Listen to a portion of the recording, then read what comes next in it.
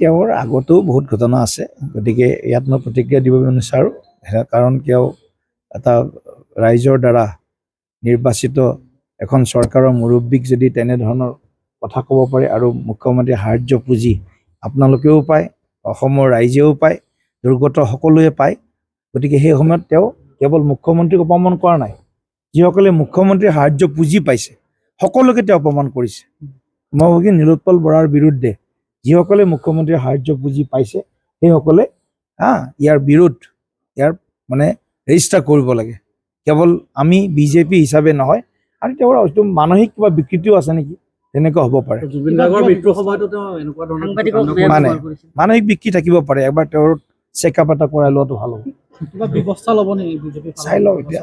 মই কৈছোঁ নহয়, যোনে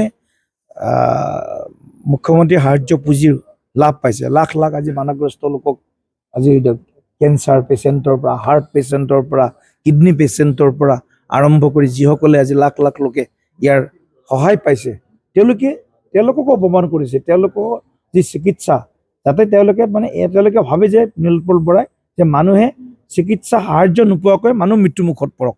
মানুহৰ মৃত্যুৰ কামনা কৰা এজন হয়তো তেওঁ শিল্পী নে কি, তেখেত গায়ক, শিল্পী গায়ক কি কয়, মানুহৰ তেওঁ হয়তো মৃত্যু কামনা কৰা এজন শিল্পী বা গায়ক।